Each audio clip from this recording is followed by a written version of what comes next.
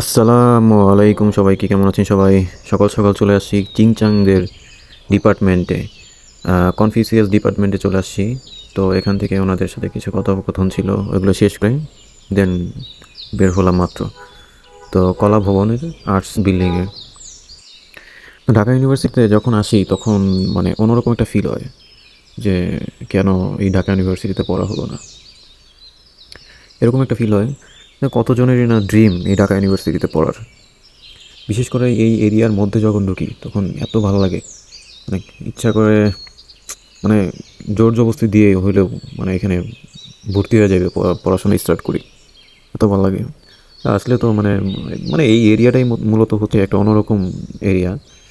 এখানে আসলে ঢাকার কোনো গন্ধ নাই টোটালি, ঢাকা শহরের কোনো গন্ধ নেই টোটালি, এরকম একটা ভালো লাগে আর কি।